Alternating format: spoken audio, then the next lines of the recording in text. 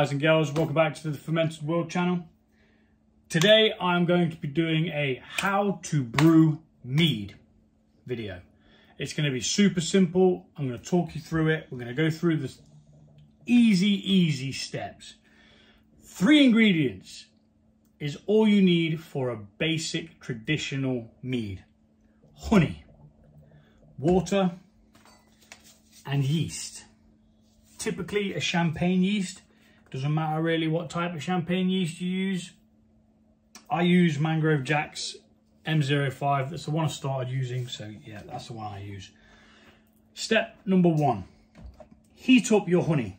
I've boiled the kettle, I've got a pan.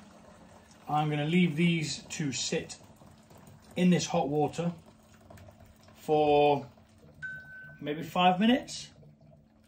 What that does is it allows the honey to just run out of the container with no faffing around after. Right, that's step 1, heat up your honey.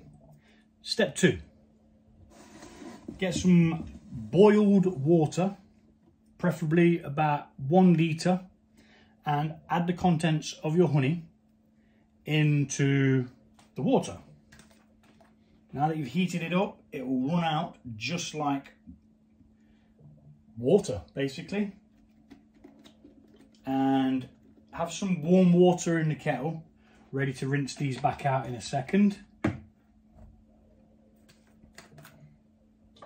Don't worry about any ingredients that you think you're going to need. I'm going to make a list of them in the description, so you'll know exactly what you need. And you'll be able to see what you need to do from this video. And mix in that honey into the 1 litre of hot water. The reason why we boil the water is, first of all, so it's sterilised, and second of all, so that the honey blends into it nicely and easily. What I used to do is I used to just add it to cold water or lukewarm water, and it just took forever to mix the honey in. So this is how we do it now.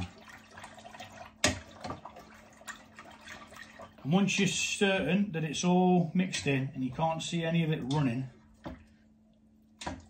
when you do that, and it all just drips off perfectly, yep, that's it. That's step 2, adding honey to the water. Back in a minute for step 3. I believe this is step 3. Anyway, forget the steps. What we're going to do now is we're going to add yeast nutrients, because honey itself doesn't have a great deal of nutrients in it. And we're going to be doing a 1 gallon batch of this. So we use 1 teaspoon of yeast nutrients, which is the chemical name ammonium sulfate. And we're going to mix it in. It'll mix in as we add water as well, which is the next step.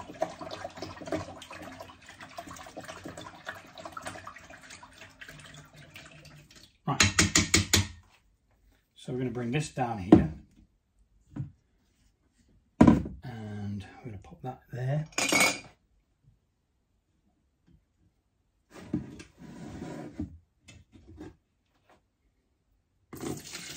And we're going to pour it in.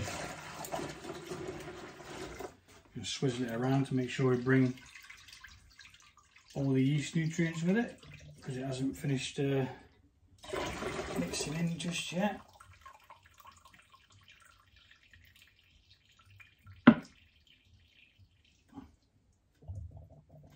We want every drop. Move your pan. And now what we're going to do is we're going to look at how much we've got. We've got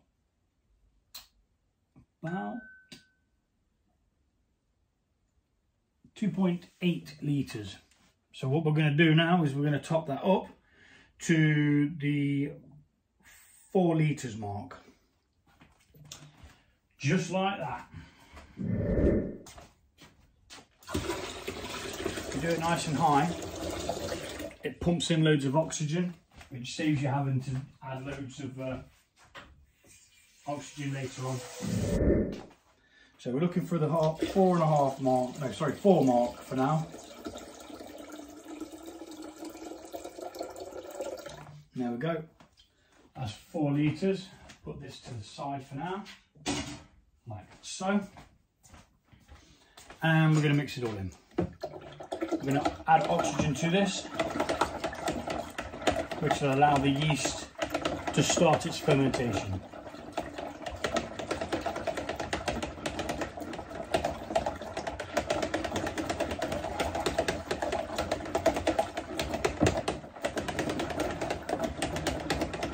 The more oxygen in it at the beginning, the better, because the yeast needs the oxygen to begin with. It's only during the fermentation, after it's started, that you don't want it in there. Right, so I'm going to get some hot water, just rinse these out with, because we want all that honey in there, because that is going to be our fermentable sugar. 3 ingredients, very simple.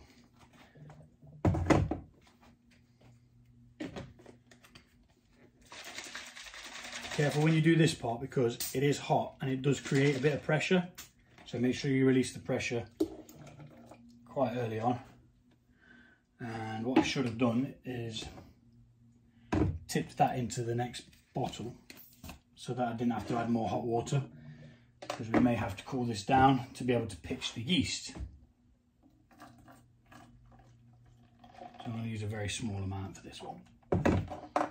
We should be alright, but who knows? Let's have a twist it around. I've got a job right. Nah, it's still quite high, so we are going to have to cool this down, which is a bit of a pain in the backside, but that's how it goes. So yeah, let's give it a mix.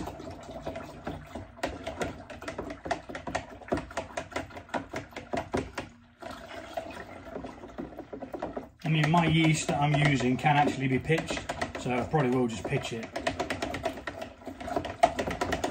But I'm not going to rely on the thermometer that's on the side of the thing there. I'm going to get my digital thermometer and double check with that, because it's a bit more accurate, but I just need to quickly sanitize it. Sanitize everything.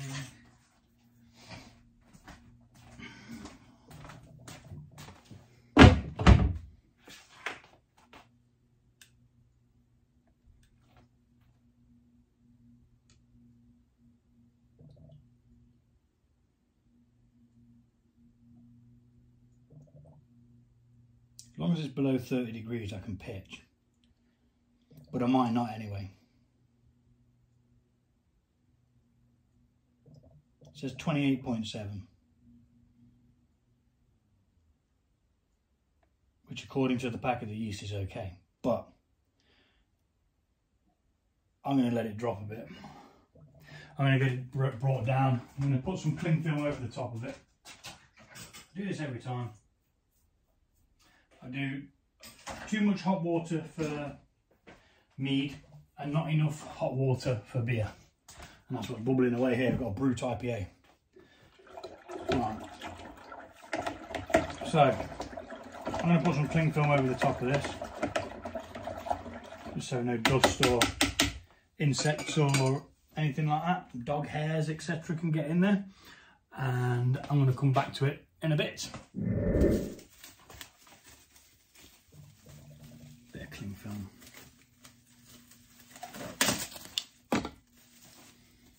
Just to keep it all sanitary.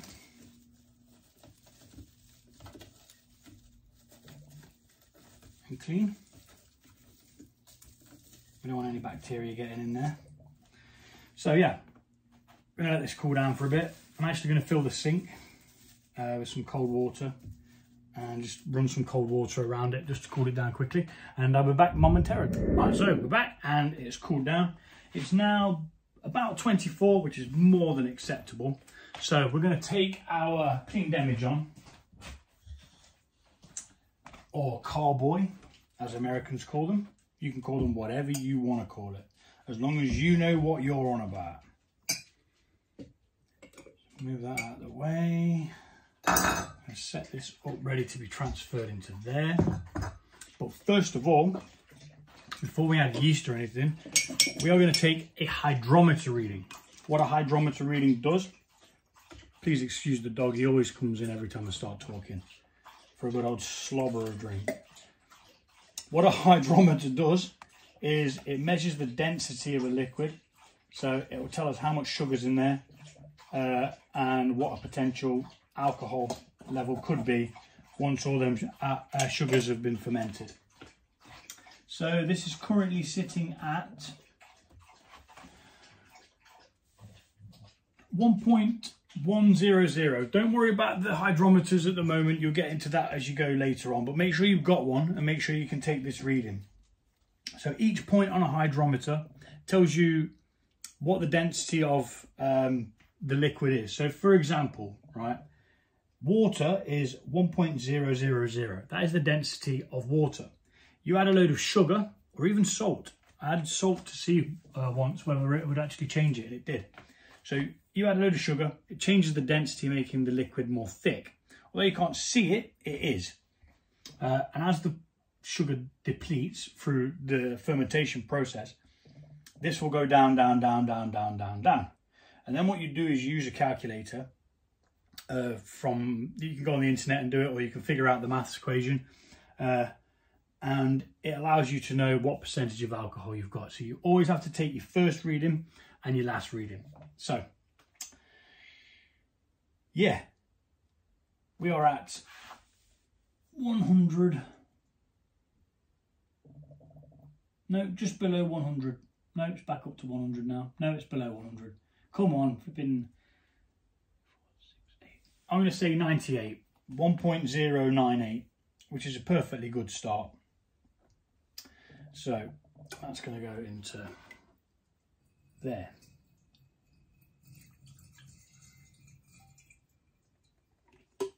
Right, so now we're going to transfer. This is called a must. Bloody hell was that? Earlier on, I think a lot of water blew out of this. I need to top it back up. But in the meantime, we're going to add the must to the demijohn here. And that'll be adding oxygen to it as well, which is good. At this point, we want oxygen, like I say. We do not want oxygen later on.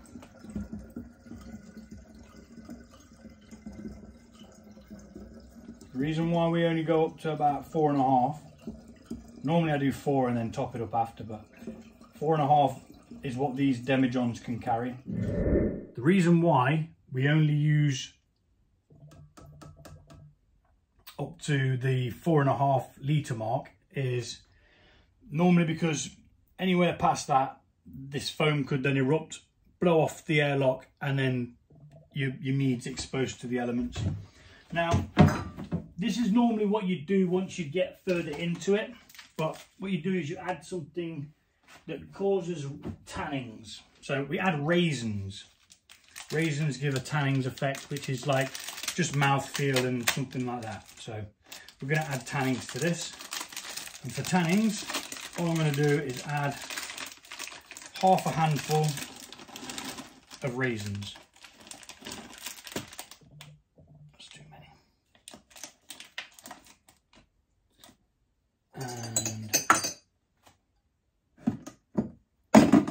in they go. We don't want that one now because it is dirty. In your raisins go.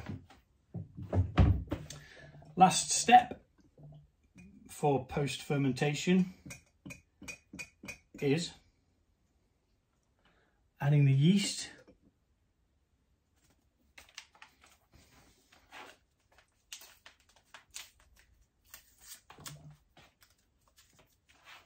Like so.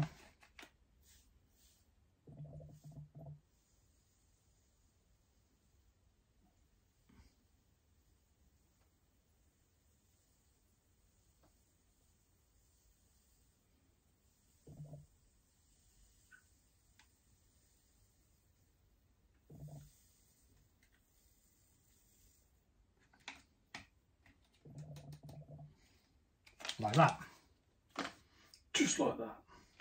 and then we're going to mix that in.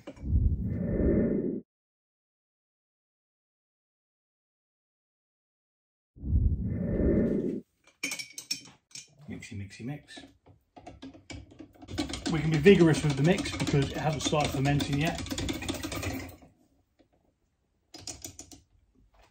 And what we want to do is we want to make sure it's all wet. As you can see, it's whizzing around in there. It's going to be very happy. And that is pretty much it for a traditional mead. You don't even need to put the raisins in if you don't want to. It just gives a bit of a nicer mouthfeel. And there we go. Airlock on. And wait. Simples. Probably about 10 days-ish is normally where I check it. What you can do is you can just leave it, let it go dry, and then you can back sweeten it. I tend not to anymore. I tend to just add a shed load of honey and then keep an eye on it and stop it whenever I want to. And there you go, that's your first mead. So what's going to happen now is the yeast is going to start a colony. It's going to multiply, start taking on those sugars, producing alcohol, and the byproduct from the alcohol production is CO2. CO2 is going to come up in a form of bubbles and out the top here. And I'll be back for the next part of this video, but I'm going to add it to this video so it's all in one, so you're not looking for different parts. And yeah, that's that. Bada bom, bada bing. And 12 hours later, we have a fermentation. The bubble is going, and you can see the bubbles from the fermentation rising up. Happy days. So this will probably take 7 to 10 days. Then we're going to check it.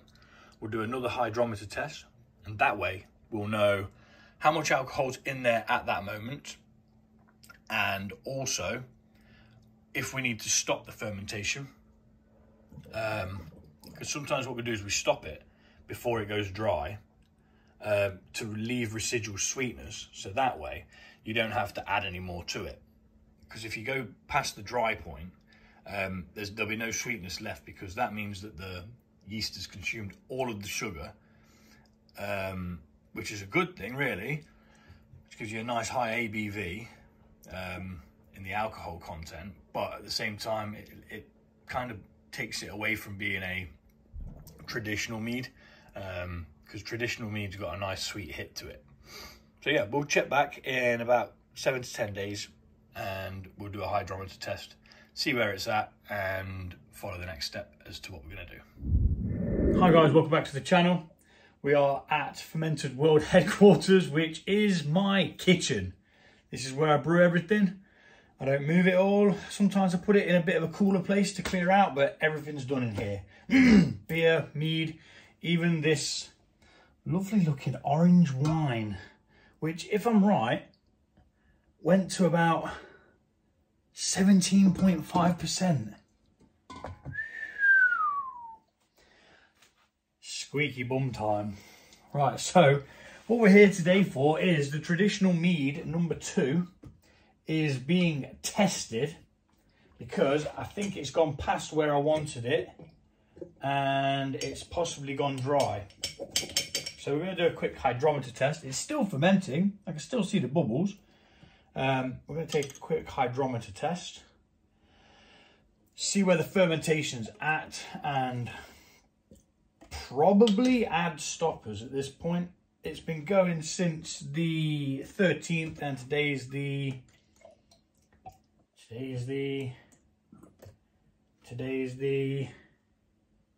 24th, so it's had 11 days, which is longer than I wanted it to go. And I don't seem to have written down what the so yeah, that's gone dry, sadly enough, which means we're going to have to back sweeten it because this is my traditional mead. It is at 1.002. Let's make a note of that. Notes. Do I have a pen in there? Yes, I do. In the brewing cupboard of justice. So 23rd, nope, 24th, isn't it? I think it is. Yeah, it is. So 24th, it was 1.002, which is extremely dry. So we're going to rack this off. We are going to add some fermentation stoppers, which is sodium metabisulfate and potassium sorbate. What am I doing here? I'm getting a thing to have a little slurp of it. Forgot what I was doing there. Do that quite often, not. It's a bit worrying.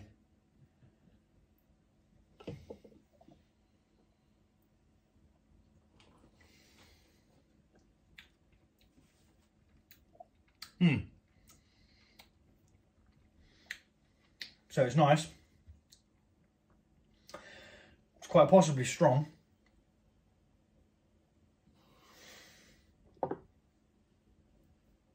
there's a tinsy bit of sweetness still there. Ever so slight. But we're going to ramp that back up because we want it sweeter than that. So let's rack it. Up there, trying gently as possible. Don't want to disturb all that sediment. That can go in there. And it tastes strong, like as in like alcohol content. But for now, we rack. I'm going to speed this bit up.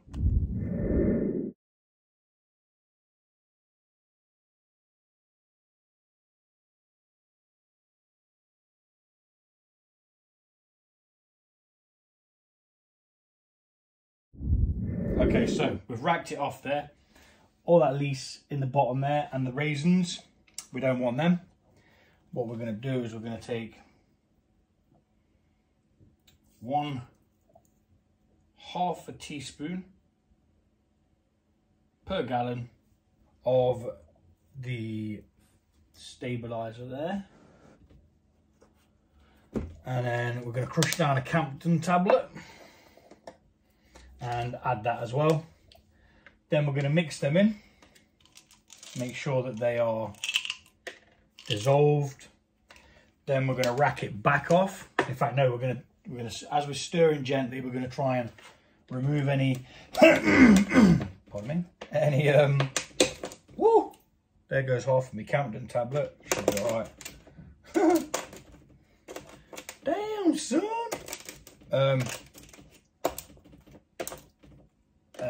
Yeah, we're going to back sweeten it at the same time. I don't know whether you're supposed to. I don't see why you can't.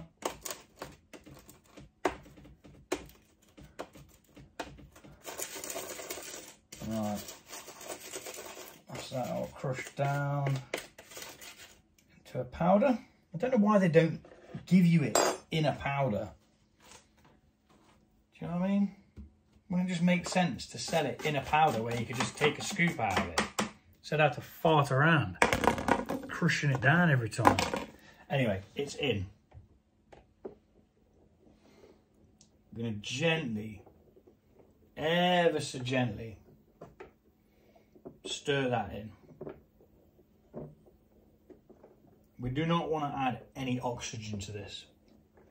Adding oxygen now, although it's quite a high strength probably, chances are it could make it go off if we add the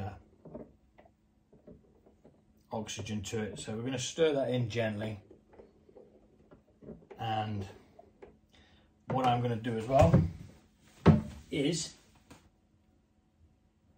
I am going to back sweeten it with some acacia honey.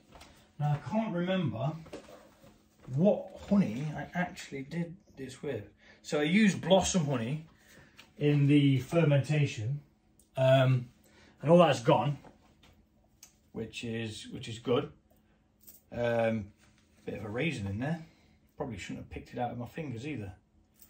Hey ho. Let's do it again. Right, so yeah, acacia honey is what I'm going to back sweeten it with. I'm going to use one of these. If I'm going to use half, I'm going to eyeball about half and then mix that in and then taste it and see where we're at. Because I don't want it over sweet. Although I do like it sweet, I don't want it over sweet.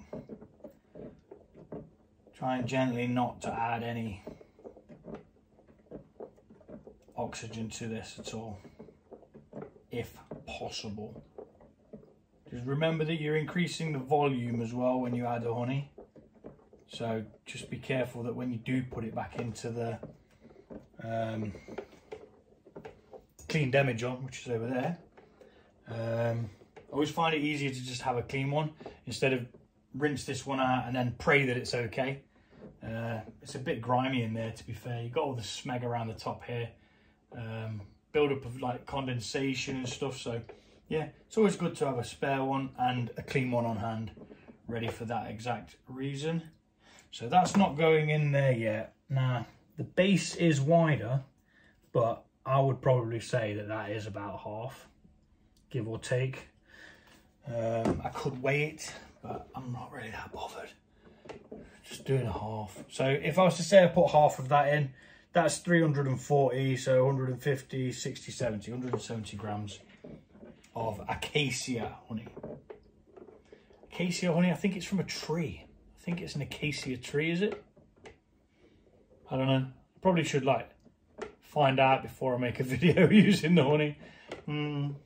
But that would be clever, you see, which isn't me. So I like to do things on a wing and a prayer. So you're going to keep on mixing that in nice and gently until you can scrape the bottom like that and it drips. As long as it drips and it don't dangle, see a bit dangled then, so there's a bit somewhere in there. So we're going to carry on.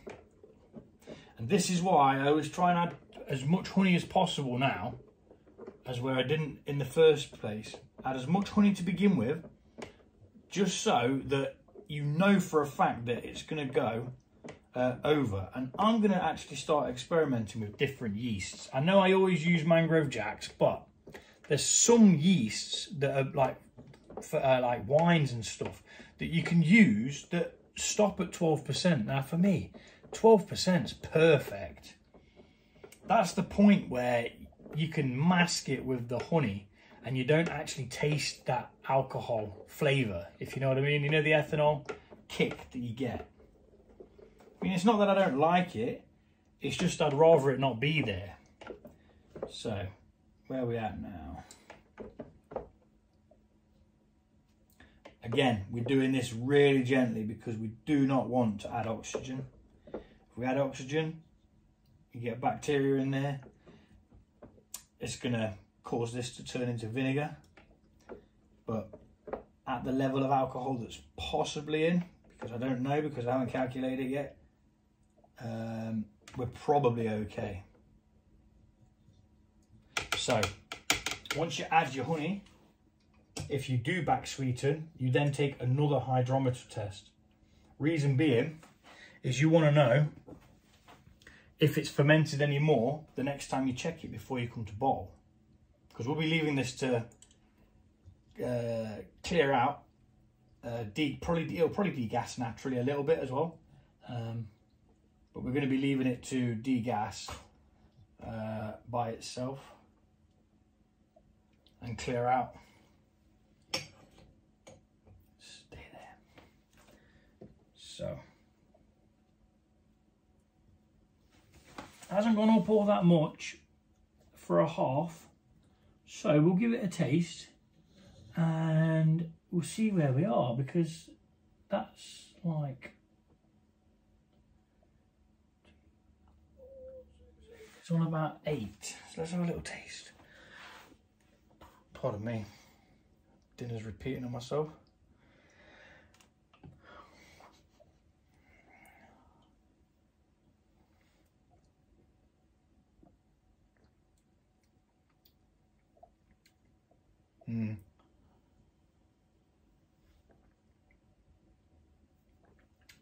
Now, to me, that's sweet enough. I let it go a couple of days too long, and yeah, that's that. So, I'm literally going to stir it a little bit more just for the grin, because there's always a chance that there's some honey left not mixed in. And the last thing you want is to rack this off and then have a load of honey stuck at the bottom that you can't really do it with, because you couldn't put tap water in it. You can't do it like that. I'm happy enough with that. I'd say that's pretty darn good. Or should I just bash all of this in and have a soup? Nah, I don't want it super sweet. Or do I? No, I don't. Because the first one was super sweet, and I want this one to be a little bit more mild. But it's going to have to be 3.0 that I do, where I don't add any more sugar, honey to it. Right, so let's get the clean demijohn. Here we are with the clean demijohn. And this goes up there.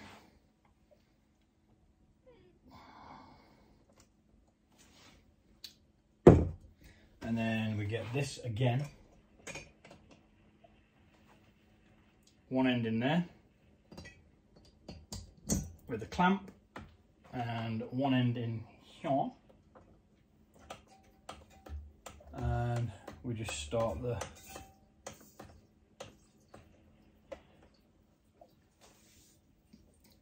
transferring it back into a different demijohn. Oh shoot. You know what, I'll just risk it putting it in there.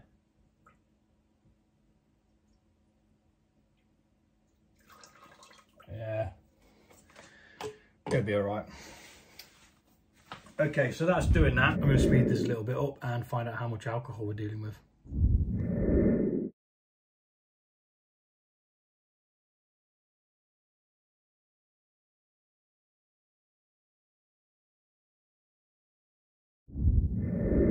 Okay, so it's been racked off into a clean demijohn.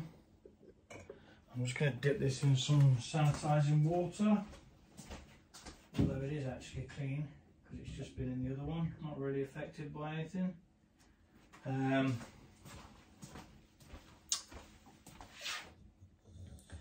Alcohol content as it stands is 12.9, so it's actually less than I thought it was going to be. The starting gravity was a little bit lower than some that I've done. Not sure why. Yeah. So we've got the stoppers in there. By rights, it should not ferment anymore. And what we're going to do with this now is we're going to let it just sit here for a day or two, and then I'm going to move it somewhere a little bit cooler. Just helps it like clear, because the yeast can't stay suspended, and the particles can't stay suspended in colder temperatures. But you don't want it cold, you want it cool. You don't even have to have it cool. But for instance, this was sent into a cool place, and now it's so clear you can see through it, and it's ready to be bottled. So it does help, but we'll leave it in here for now. We'll get it labelled up, and we'll just watch what happens. Watch the little airlock. I'm sure there was an elastic band on there, or is it still on the other? Yeah. Reason why I use these elastic bands is because these airlocks are so old. They used to be my mum's, so they have a tendency not to have a very good grip at. See that one there, look. I've knocked that earlier on. Right, so label it up, put the date on it, original gravity, etc. And it just gives you a reference in future. So on 13th of the 5th, 22.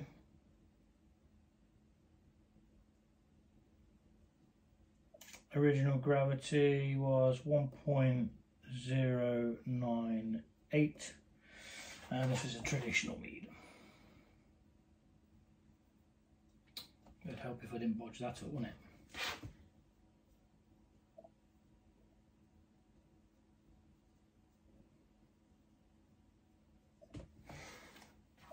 Yeah, a very, very simple mead.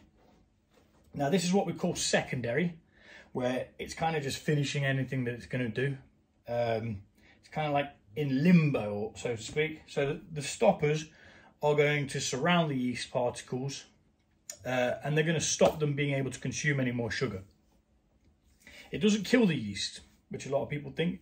It just stops it from being able to take on any more sugar and producing any more alcohol. So yeah, a couple of days, we'll see it start to clear out. We'll move it, jobs are good. Happy days.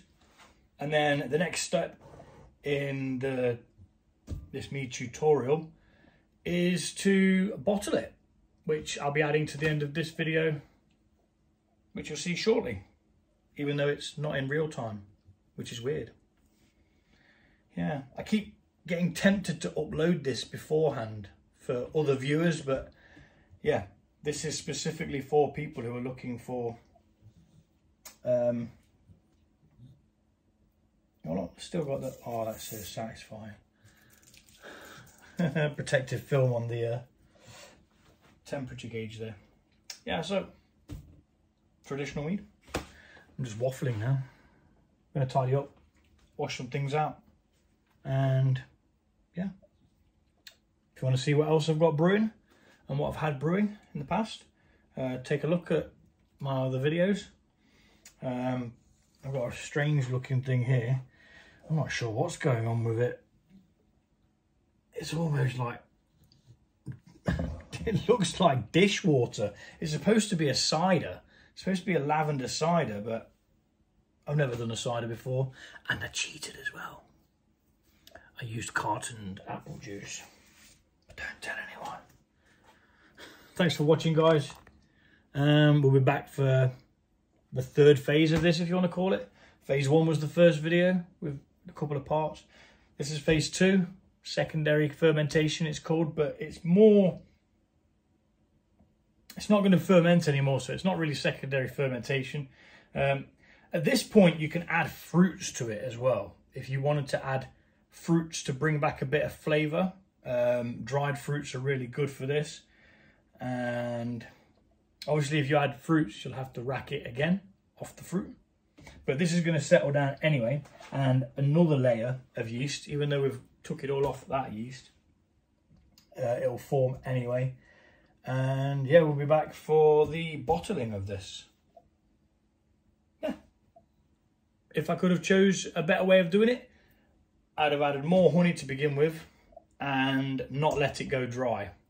So letting it go dry is, like I said, with the hydrometer, if something goes dry, say we start at 90 here, 1.090, and we go all the way down to 1.002, which is what it's nearly at the density of water, because the density of water is 1.000. Now, it can go further than that, and you can go super dry, where absolutely all the sugars is taken from it. Now, that is the density of alcohol. So it's 0.990 is the density of alcohol, which is actually less than water. So, yeah, there you go. That's that.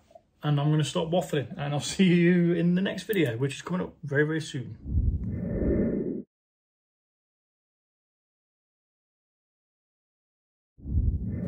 Hi guys, we are back for the third and final step of the traditional mead.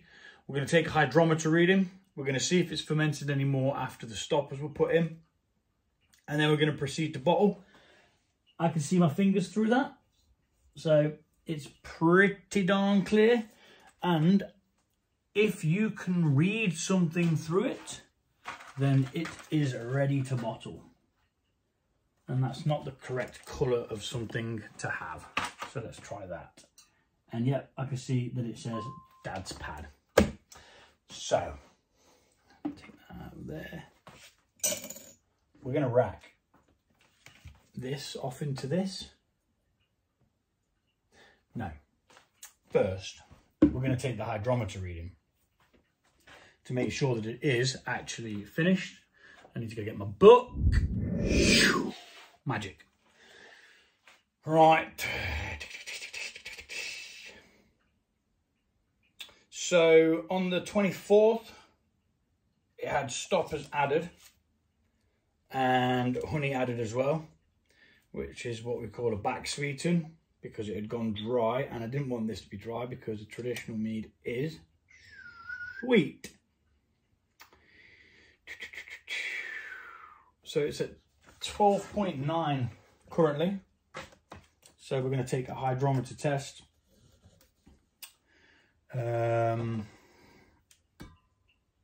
Just to see if it's gone down, because if it's gone down, we need to then wait using that reading as the final gravity, and then come back again in, say, another 7 days and check again. I mean, it looks lovely and clear, and of course we get to taste it, which is always the best part of doing anything to a mead. Perfect excuse.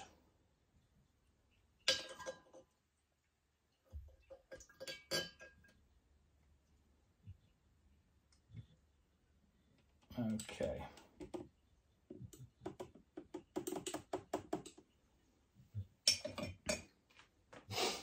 What is the hydrometer of justice saying?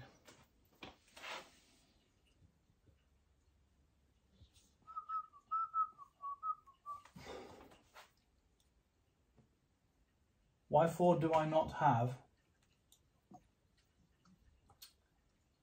a hydrometer test that was done after the honey was put in? Right, I'm back. I've checked the video, and it went up to about 8. So half a jar only added 6 points, which is a bit bizarre, really.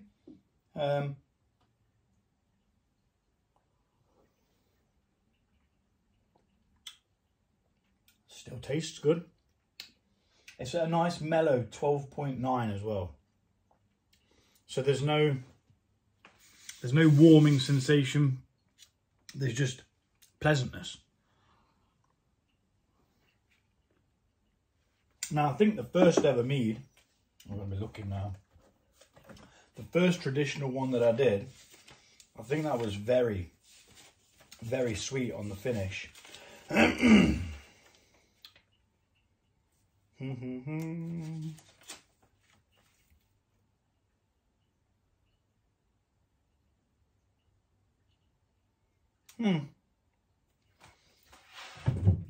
So it doesn't actually show me, I didn't write down what the gravity was on the first one, but I used pretty much a full one of these to back sweeten it. So you can do it to your own taste, really, whatever you think. Because I've sat and waited this long for this now, I'm not going to add anything else to it. The fermentation stopped because it's still at what it was beforehand. So we're going to proceed to rack this off after removing all of my books. Bits and bops and books and bobs. Right, so this goes up here. And the reason why I put it into a, pardon me, whatever the flipping hell this is because, I'm not going to try and remember the word, when you get to this and it's all settled out and that, you'll notice another layer of lees on the bottom, and we don't want that floating around in our drink, which is why we let it clear. before we rack it. So we're going to go over and retrieve the auto siphon, which has a cap on it, which allows like a U shape. So it only picks up the stuff from up here and not all the stuff from the bottom. When you have finished racking it out of here, you can take that thing off because you shouldn't have any lease in the bottom of your thing here. And we'll set the bottle wand up and we'll get this bottled. Happy days.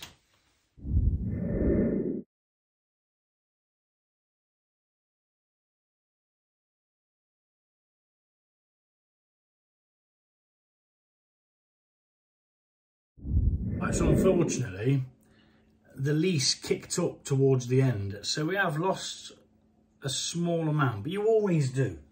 You always try not to, but you always lose a small amount. So I've washed more bottles than what I needed, which you should always do anyway, because sometimes you'll miss that much. I mean, there's a fair bit in there, to be fair, a bit gutted, but we've got plenty. We've got over 4 litres there, which is dandy.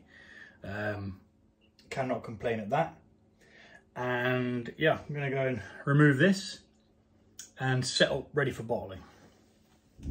So I've got a table low down, and I use wine bottles or mead bottles that I've purchased and just reuse them. Just make sure you keep the caps, and everything gets washed and sterilised. Anything that has ever touched any of these brews gets washed and sterilised first. So we're going to proceed with the bottle wand. It's going to kick a bubble or two, because it always does before it gets started, and sometimes there on after as well. And we're using gravity to pull the liquid down.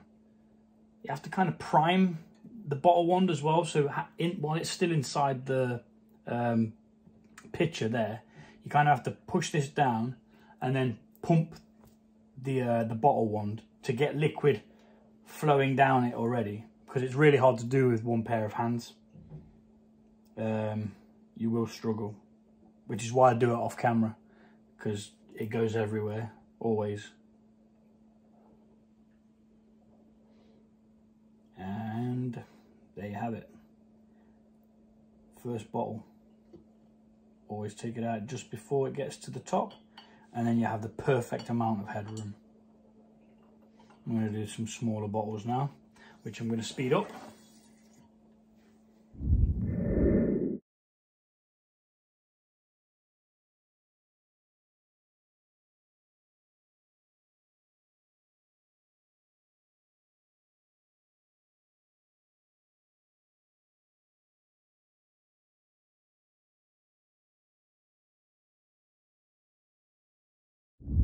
Okay, so that's the bottling done.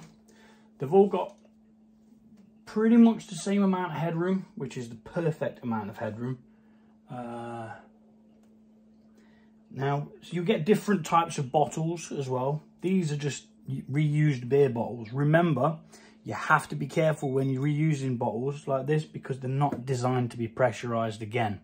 Some of them are only designed to be pressurized the once, and then they're classed as unable to be. So you get something called a bottle capper or a crown capper. And what it does, you put the cap on and pinches it around the top of the crown cap. And I use these as taster bottles for like a 6-month taste. See how we're going with it. The longer you leave it, the chances are the better it will be. Most don't even bother trying, like say a meadery, might not even taste it until it's a minimum of a year. And these, just with these normal things, you just make sure it's nice and snug so no oxygen can get in there.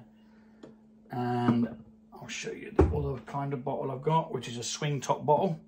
Now these are my favourite because they're very simple, no fannying about, and you just put it down like that, and that's good. So I'm going to do the other ones now.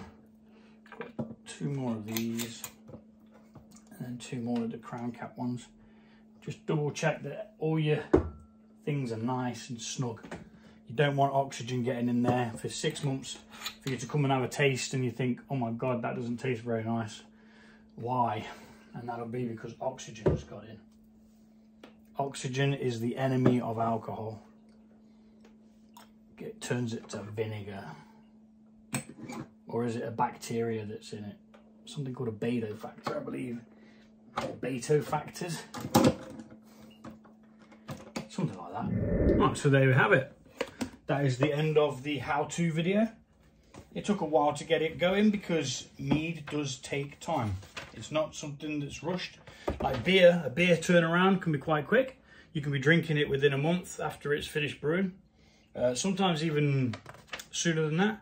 There's somebody on Instagram who uses a keg and he says that it carbonates and clears it really, really quickly, so he's able to drink it quicker, which is good. It might be something that I look into. So, for this traditional mead, we checked it on the 7th, and it was 1.008. Your notes are very, very, very important. That allows you to know how much alcohol you've got. So ours didn't move from the last one, so we've got 12.9% alcohol, which is perfect. You know, it's a really good medium. Some meads you can go higher than that. I've had some that were like, I've had 16.7 my highest mead, and that was a black currant mead, and it was gorgeous.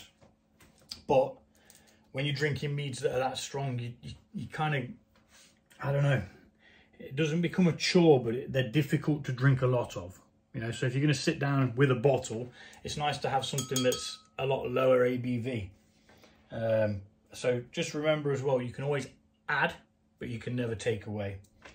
So that's what we were on the 7th. It was also bottled and bottled. Reason why I write the date down of when it was bottled is so that I know when it's 6 months time to give it a taste, and when it's a year, when it's fully mature, and you can drink until the bloody cows come home then. Or you can drink it at 6 months if it tastes good. If you're happy with it, drink it. It doesn't matter. It's only going to get better over time though. So at least save one bottle for a year and then try and remember what it was that you did. And make tasting notes as well. It's not really something that I do unless I find something different when I'm doing something that I thought was a bit odd. Because then you can go back and you can think, oh, maybe it was this that I did wrong. And then you can like leave that part out and then maybe, you know, have a better product because of that. So that's that really. We've gone through the preparation, the fermentation, the second fermentation, which is when it clears and it stops its ferment, and we've back sweetened it slightly, not as much as the original one, and the original one didn't have very good honey in because I didn't know what I was doing. I thought I'd just give it a quick bash, see what we can make out of this, and yeah, I used nasty cheap honey. It was like blended from, I don't flipping know where, all around Europe, mixture of different batches. At the moment, my main honey that I use, believe it or not, is a really cheap one from Tesco's. Hilltop Everyday Blossom Honey. It's nice enough. It's just, I think that's just what I put in this. Yep, that's what I put in this to begin with. It's nice enough to get yourself some beverages, and then once you start getting used to what you're doing, and you know that you've got a good method, you can start using more expensive honeys, like Acacia honey. Ideally, you probably want to buy it in bigger batches than, but I pick these up when they're on offer, you see. I get them when they're a bit cheaper. But yeah, and there was actually quite a large amount left that couldn't go into any of the bottles. So I've got myself a little drinky poo as well, which is nice. See, that wouldn't have fitted into a bottle, so you can't put fill half a bottle. It'll just taste rank. Too much oxygen in there.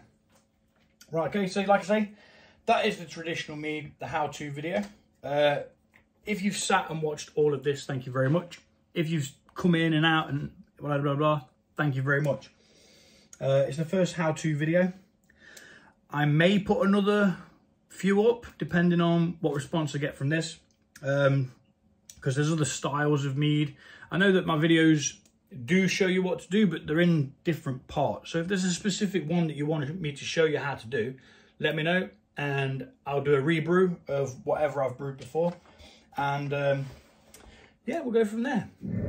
So yeah, thanks for watching, guys. Take it easy, and I'll see you soon.